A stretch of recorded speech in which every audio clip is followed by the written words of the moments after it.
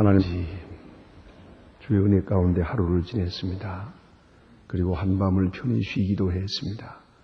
그리고 이 아침에는 건강한 몸으로 다시 일어나 주님의 전을 찾았습니다. 이렇게 우리의 발걸음을 시간시간 하루하루 인도해 주시는 주의 놀라운 축복을 진심으로 감사하옵나이다. 하나님 아버지, 주는 이렇게 우리를 사랑하시건만 우리는 주님 앞에 아무 보답이 없는 생을 삽니다. 때로는 은혜를 헛되이 받고 그 귀한 은혜를 저버리고 은혜를 역행하며 살 때도 많이 있음을 주님 앞에 고백합니다. 그럼에도 불구하고 주께서는 저희들을 간단히 없이 사랑하셨고 주의 거룩하신 역사를 저희들을 통하여 이루어 가고 계심을 진심으로 감사하나이다. 물질을 관리할 줄 모르는 자에게 물질을 주시기도 하며 건강을 통해서 하나님 매일 바로 하지 못하는 게으르고 낮은 사람들에게 또 필요한 건강을 계속 허락하여 주시기도 하며 때로 쉽게 낙심하고 마치 불신자인 것처럼 쉽게 절망하는 그리고 근심 걱정에서 헤어나지 못하는 이 미련한 사람들을 꾸짖지 아니하시고 오늘도 다시 일깨워 주시며 새로운 말씀으로 깨닫게 하시고 새로운 생명력을 계속 공급해 주심을 진심으로 감사하옵나이다. 하나님 아버지, 이제는 주의 은혜에 더 가까이 살게 하시고 대접받기보다는 대접하며 섬김받기보다는 섬기면서 살게 하시고 나를 기쁘게 하고자 생각을 완전히 불식하고 이제는 깨끗한 마음으로 다른 사람을 기쁘게 하고자 하는 온전한 신앙적 배려의식이 있는 생을 살게 해주시기를 구하옵나이다. 내가 말할 때 말하는 내 형편보다 듣는 자의 형편을 생각하게 하시고 또 하나님 앞에서 말하며 그 후속 결과를 사고 말하여 덕을 끼치고 많은 사람에게 기쁨과 소생함과 소망을 주는 그런 사람들로 살아가게 되기를 기도하옵나이다. 이 부하게 살진 못해도 믿음으로 살게 하시고 혹 건강을 잃어버리는 한이 있어도 우리는 남을 위로하며 살아갈 수 있게 하여 주시옵소서. 하나님 아버지, 오늘도 하나님의 말씀이 바르게 권세 있게 전해지게 하시고 땅끝까지 들려지게 하옵소서. 그리고 이 말씀이 전해지는 모든 사람의 마음속 구원이 있고 생명이 있을 뿐만 아니라 그 모두가 능력의 주인으로 살아갈 수 있게 되기를 기도하옵나이다. 오늘도 하나님의 말씀이 바르게 논되게 하시고 또 이 말씀이 문서와 방송과 인터넷을 통하여 이제 한 주일에 5만 명이 듣고 있다고 하오는데 그들이 이 말씀을 들으며 이 말씀에 접하면서 구원을 얻고 생명을 얻고 새로운 용기를 얻을 수 있게 큰 은혜 더해 주시기를 기도하옵나이다. 주여, 우리의 기도가 그들과 함께 하시고 이 기도가 그들 듣는 사람의 마음에 함께 역사하여 주시기를 기도하옵나이다. 특별히 봉사를 위해서 몸과 마음, 정성, 물질 다 바치는 신실한 일꾼들이 여기에 많이 있습니다. 하나님이여, 그 헌신을 기억하시고 주의 손에 들리워서 언제 소중하게 쓰여질 뿐더러 주의 일하는 것이 기쁨도 되고 자랑도 되고 영광이 될 수 있게 하여 주시옵소서. 특별히 저희 교회에서 경영하고 있는 청난 일들 잘 감당해서 하나님께 영광 돌리고 많은 사람을 구제할 수 있게 도와주시기를 기도하옵나이다. 자비하신 주여, 이 나라를 하나님의 말씀과 진리 위에 세워주시고 지도자들에게 바른 판단력을 주시고 혼미함을 제거하고 용기를 주시옵소서. 너희를 위한 용화 정직함의 용기를 주셔서 어서 속히 헛된 과거에 매이지 않고 이제 새로운 역사를 창조하는 일에 크게 역사할 수 있게 도와주시기로 하옵나이다. 특별히 온 국민이 하나 되게 하시고 내 유익을 위하여 많은 사람에게 피해를 주든가 현재의 잠깐의 소득하여 미래의 엄청난 것을 잃어버리는 미련함이 다시는 반복되지 않게 되기를 기도하옵나이다. 서로서로 한 마음을 떼어서 이 나라의 장래를 창출해 나갈 수 있게 큰 종을 내려 주시옵소서. 하나님 아버지, 저 북녘 땅에도 자유를 주시고 죽어가는 어린이들을 돌보시옵소서. 하나님이여, 이제는 울다 지쳐서 더 울 수도 없는 어린이들 그저 보지 마시고 하나님이여, 어떤 길이 그들에게 일용할 양식을 허락하여 주시옵소서. 우리가 무엇을 해야 하겠습니까? 설사 우리의 일에 위축이 있고 우리가 모든 일을 중단한다 하더라도 하나님 앞에 선한 일은 여수히 지속될 수 있게 되기를 기도하옵나이다. 자비하신 주여, 저 해외에 있던 여행하는 사람들, 또 해외에 나가서 사는 우리의 교포들, 그리고 병중에 있는 분들, 군문에 나가 수고하는 이들, 공부하는 자녀들, 그리고 분주하게 사업상으로 오늘도 내왕하고 여러 가지로 시달리고 있는 분들에게 하나님 축복하시옵소서. 주와 동행하며 주의 말씀이 함께하며 주의 은혜 가운데 살게 하시고 하나님의 뜻을 이루어가게 도와주시기를 간절히 기도하옵나이다. 자비하신 주여, 오늘도 주님의 축복과 능력을 더해 주셔서 이 날이 복되게 하시고 우리의 발걸음이 복되게 하시고 듣고 말하는 일을 통하여 하나님의 뜻이 이루어지게 하옵소서. 주 예수 그리스도의 이름으로 기도합니다. 아멘. 하나님의 말씀 계속해서 오늘도 욥기 31장 보게 되었습니다.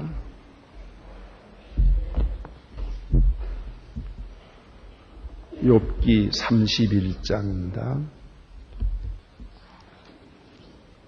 어제 우리가 23절까지 보았습니다. 오늘 24절로 40절, 욥기 31장 24로 30절을 보겠습니다. 다 같이 한 목소리로 봉독하시겠습니다.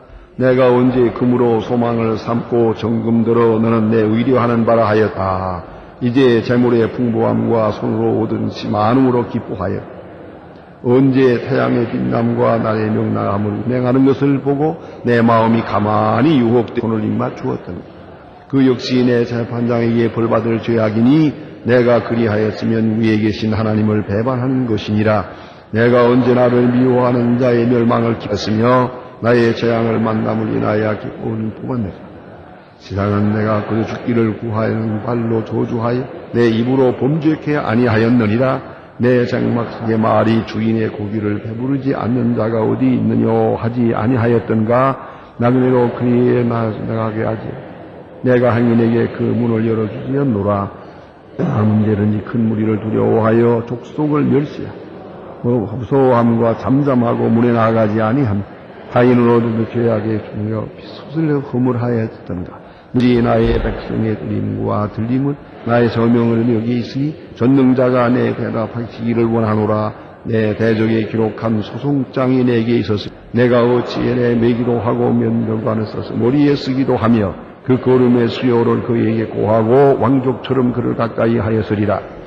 언제 내 토지가 부르짖어 책망하며 이 일왕이 열시에 울었더니 언제 내가 값을 내지 않고 그 소산물을 먹고 그 소유물로 생명을 잃게 하였던가. 그리하였으면 대신에 밑질레가 나고 보리대 삽죽이 나는 것이 마땅하니라 하고 욥이 말을 그치니라. 아멘. 이제 욥이 수 없는 많은 고난을 당하고 있을 때 그가 아무 위로도 받지 못하는 중에 있습니다만은 특별히 그 친구들이 그를 공박하고 그의 교만함과 그의 또 스스로 의롭다함을 책망하고 있습니다. 이렇게 정신적으로 육체적으로 계속적으로 몰아붙이는 그런 고난 속에서 그는 아무도 원망하지 않고 이제는 하나님을 향합니다. 하나님만 바라봅니다.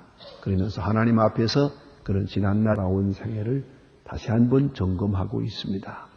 우리 이 점을 깊이 생각해야 됩니다. 누구든 고난당하는 자는 이와 같이 자신을 살펴야 할 것입니다. 아무래도 우리는 늘 살피고 있다고 하지만은 역시 건강할 때보다 병들 때, 성공할 때보다는 실패할 때 더 영적인 지각이 민감한 것이 옷이다. 우리가 넉넉하고 모든 일에 형통할 때는 신앙적 자세가 좀 둔감해지는 사실입니다. 그런 거로 고난 중에 깊이 생각하고 기도하는 마음으로 반성해야 할 것입니다. 그는 지금 하나님 앞에서 옛날 날을 다시 돌아봅니다. 돌아보면서 그 가지를 생각합니다. 하나님은 내게 많은 은혜를 주셨구나.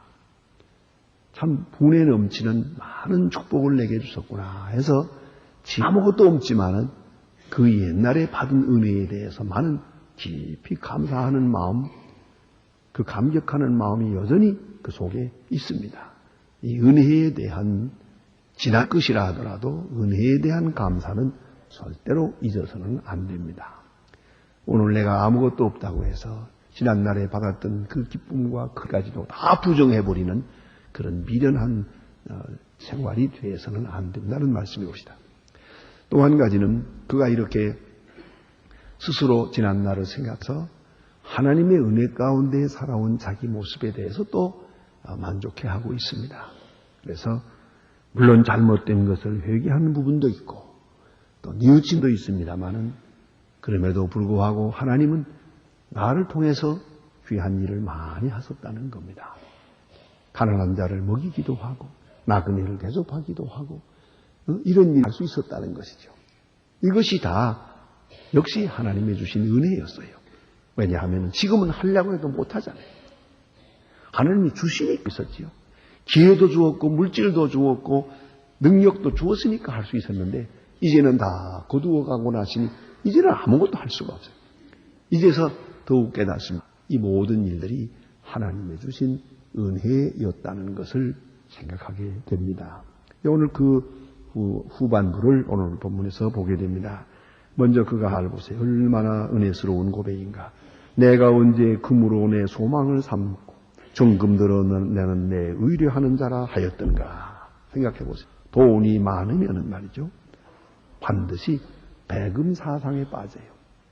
돈에 취해버려요. 그걸 우리가 잊지 말아야 합니다. 그래서 언제나 가난한 자보다 부자가 더 인색해요. 그리고 더 돈에 미쳐버려요.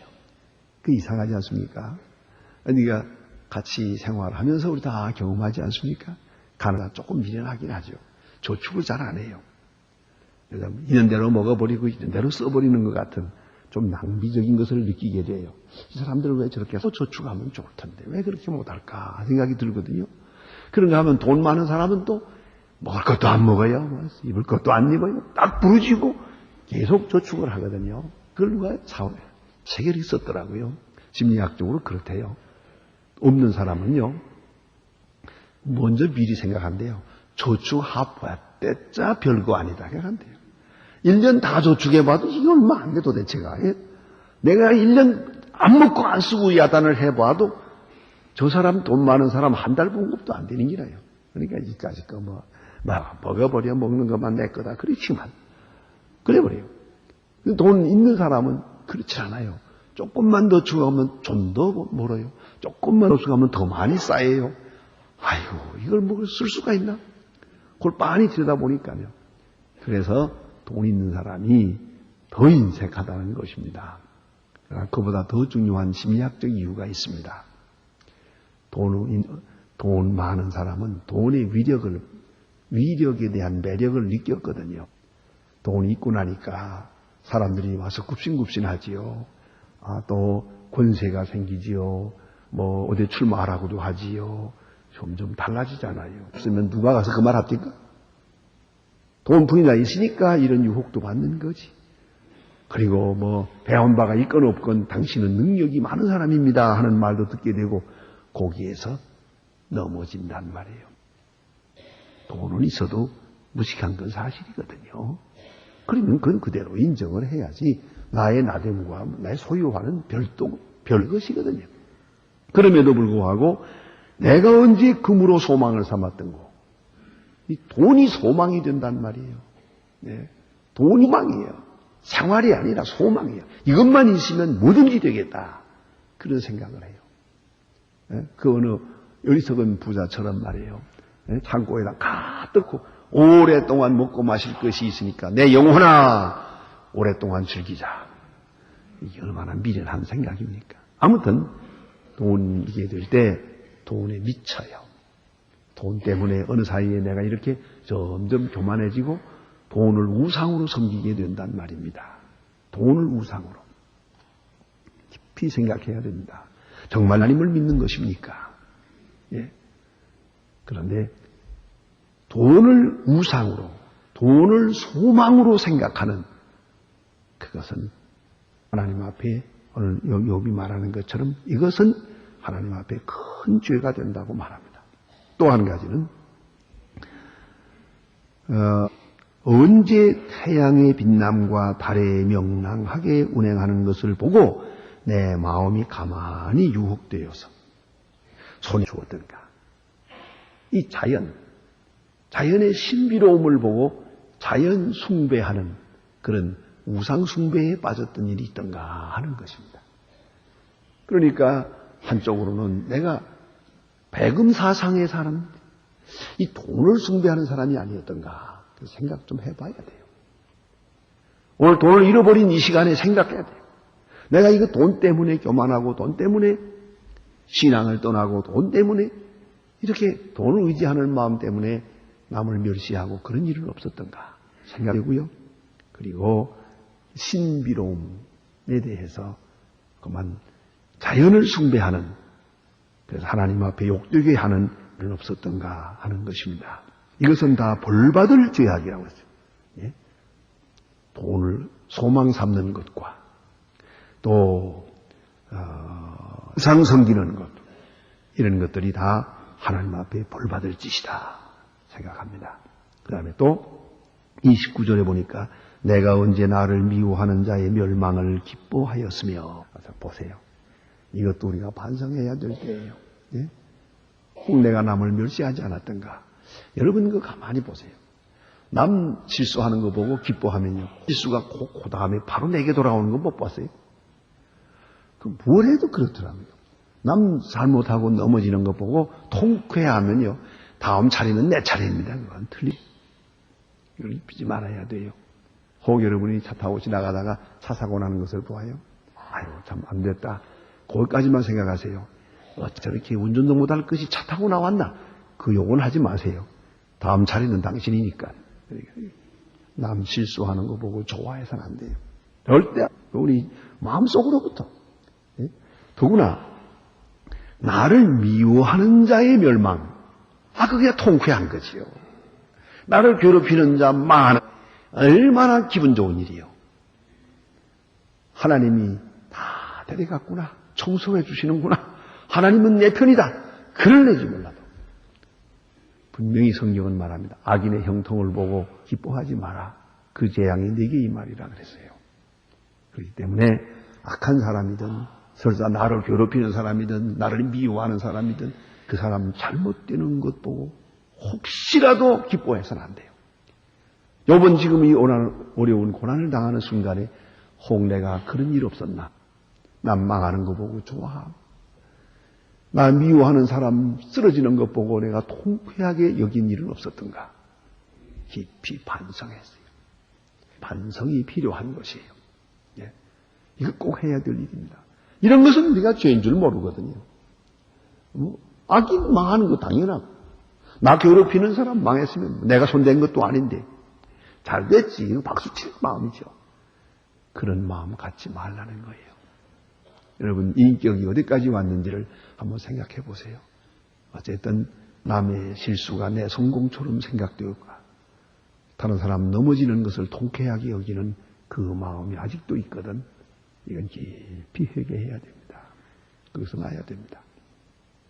가끔 보면 운동하는 데서도 그런 걸 볼 수 있어요. 다른 사람 잘못하는 거 되게 좋아한다고요. 박수를 더 크게 쳐요. 그런 마음씨가 바로 아직도 덜 된 거예요. 덜 된 거예요. 그걸 우리가 알아야 됩니다. 그래서 나를 미운 자의 멸망을 내가 기뻐했던가? 욥은 이것을 반성했어요. 여기까지 회개했어요. 내가 혹 이런 생각 안 가졌던가? 그런 깊이 반성해야 됩니다. 또 그 다음에 보니까 이런 말을 합니다. 너무 그는 귀한 얘기를 하고 있습니다. 내 장막 사람의 말이 주인의 고기에 배부르지 않는 자가 어디 있느냐 하지 아니하였던가. 내 장막 속에 있는 노예들을 말합니다. 혹은 집에서 일하는 사람들, 예? 내가 관할 아래에 있는 모든 사람들, 내가 부리는 사람들은 다 배불렀어요. 그래서 여기 보니까 주인의 고기에 배부른 자, 배부르지 않은 자가 어디 있나? 한마디로 말하면 욥의 집에 사는 사람들은 모두가 생각하기를 욥의 집에 사는 사람 치고 배고픈 사람 어디 있나? 욥의 신세를 지고 사는 사람은 다 부유하게 사는 것이다. 넉넉하게 살았다. 걱정할 것도 없고 자유의 노예처럼 말입니다. 그만큼 후덕한 사람이었다는 것이죠. 또 나그네로 거리에 자게 하지 아니하고 그랬어요. 나그네로 거리에 자지 아니. 그런 미담과 덕이 있지 않습니까? 옛날에 동리에 넉넉한 분, 또 혹은 그런 아주 덕 있는 분들은 여기 되면은 볼일 없이 뒤집어지 찜을 지고 온 동리를 살폈다는 거 아닙니까? 혹시 굶는 사람 없나? 집에 또 아이 낳는 집 없나? 이 아무도 없는 것 같지만 온 동리를 두루두루 살폈다는 것이에요. 그리고 필요한 데서는 갖다가 주는 거예요. 몰래 갖다 주는 거예요. 아이 낳는 집에는 미역도 갖다 주고 또 어떤 어려운 병중 있는 주변 가만히 보아서 영록지 못하면 또 의원을 불러다 주기도 하고 이렇게 그 마을에 덕 있는 분들은 이와 같은 일들을 했어요. 옛날부터 이렇게 해왔어요. 요새는 이런 사람 보고 죽을 애도 없지만 말이에요. 나에게 도움을 청하는 사람만이 청하는 게 아니에요. 어딘가 지금 어려움 당한 그늘에 있는 사람들이 있거든요. 그걸 찾아가는 거죠. 찾아가는 거예요. 그래서 여기에 보니 나그네 지나가다가 해가 지면 어디 가겠어요? 옛날엔 여관도 없었거든요. 그런 거로 나그네 혹시 어디서 노숙하지 않나 이런 생각을 하고 돌아보았다는 거죠. 그래 여기 하는 말입니다.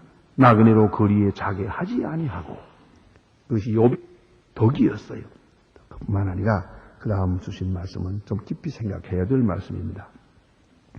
큰 무리를 두려워하며 족속을 멸시를 무서워하므로 잠잠하고 문에 나가니 하여 타인처럼 내 죄악을 품에 숨겨 허물을 가리었었던가 그랬는데 이 말은 뭐냐면 그 당시 풍속으로서는 어려운 일이든가 복잡한 문제가 있으면 성문에서 재판을 하게 돼요. 재판을 하게 되면 거기에 배심원 분석을 해야 돼요. 동네 어른들은. 그래서 이건 옳은 것이다, 그런 것이다 판단해 줘야 될 책임이 있어요. 예? 그다음에 뭐 왕은 멀리 있고 정치는 동리에서 다 해결하는데 거기에 여기 지금 지방이 유지가 되어 있고 존경받는 분이기 때문에 이게 성문에 나가 앉아야 됩니다. 그러면 이제 본 문제를 가지고 서로 와서 누가 옳고 저가 옳고 싸웁니다. 이런 문제가 있을 때 여기서 판단을 해줘야 됩니다. 그런데 악한 사람 뒤에 큰 무리가 있단 말이에요. 그 뒤에 말하면 깡패 족속이 있어요. 그래가지고 만일에 내 보수를 만약 나쁘다고 판단하면 나쁘다고 판단하는 내가 죽여버리고 하겠다. 복수를 하겠다. 뭐 그렇게 원포를 놓는단 말이죠. 이런 때 어때요? 이건 뭐 공식적인 재판장도 아니니까 좀 시끄러워진 줄 알면 두려워서 그 자리에 안 나가버리고 마는 거예요. 자기에게 주어진 권리를 집행해버리는 거예요. 요새 감기 걸려서 거기 못 가고 그래버려. 이런 비겁한 일을 내가 했던가 하는 거예요. 옳은 일을 옳다고 하고 잘못된 일을 잘못다고 판단하기 위해서 내가 사사로이 내게 오는 불이익을 염려했던가 말입니다. 이것을 회개하고 있어요. 내가 어떤 때 옳은 일을 옳다고 하다 보면 내가 와요.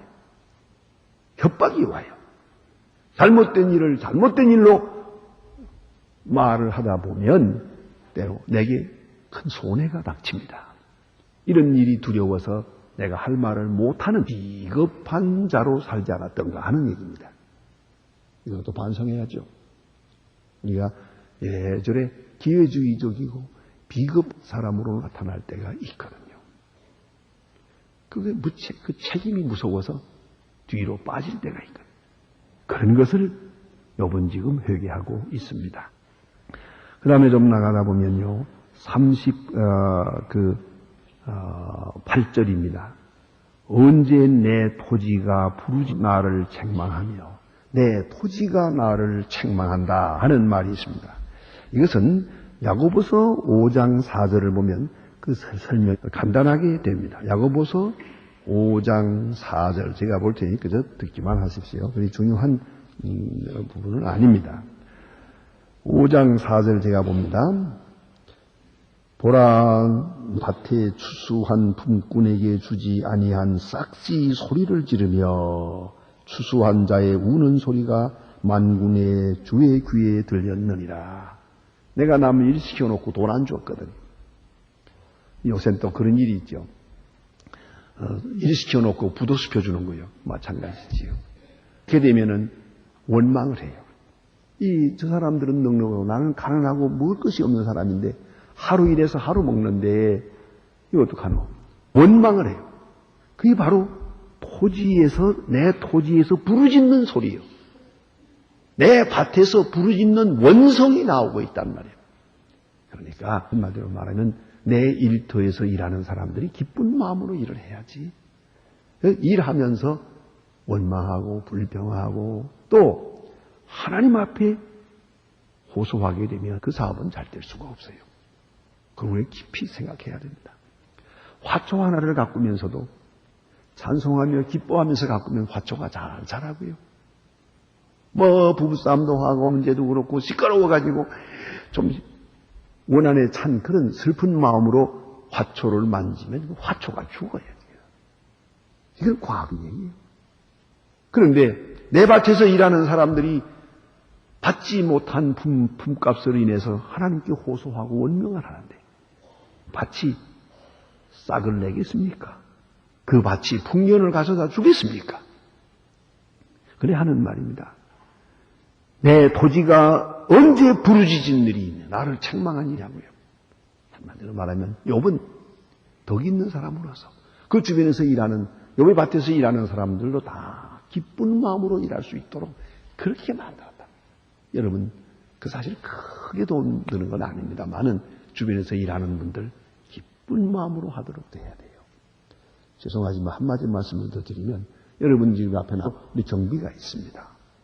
또 차량을 안내해 주는 분들도 집사님들도 계십니다만 우리가 그분들 우리 교회에서 일하는 분들 혹은 낮에 주기 나오게 되면 여기서 청소하는 분들이 있습니다.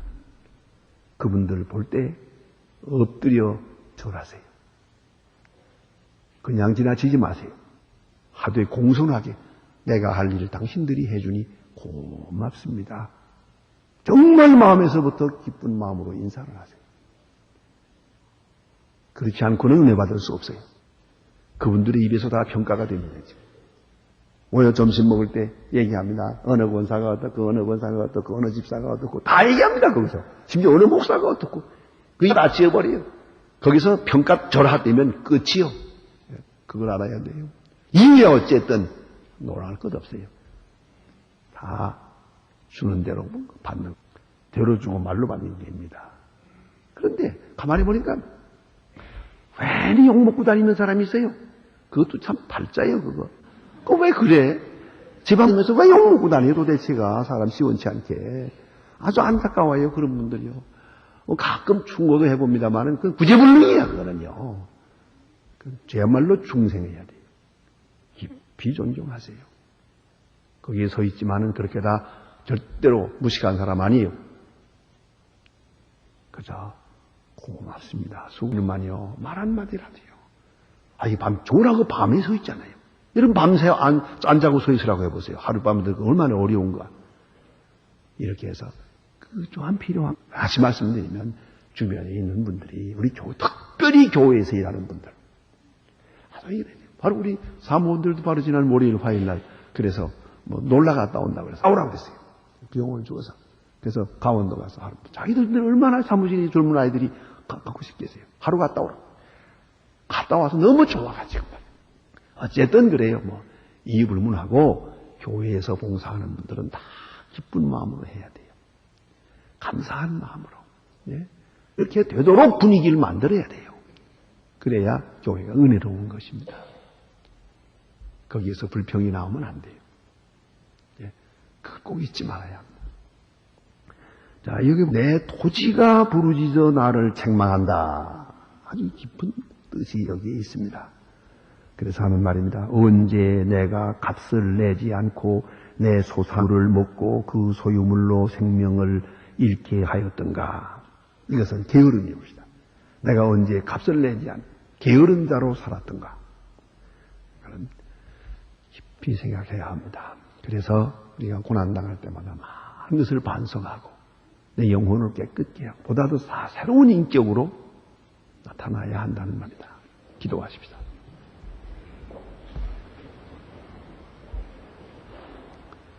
하늘에 계신 우리 아버지시여, 이름이 거룩히 여김을 받으시오며 나라이며 뜻이 하늘에서 이루어진 것 같이 땅에서도 이루어진 오늘날 우리에게 일용할 양식을 주옵시고 우리가 우리에게 죄 지은 자를 사하여 준 것 같이 우리 죄를 사하여 주옵시고 우리를 시험에 들게 하지 마옵시고 다만 악에서 구하옵소서.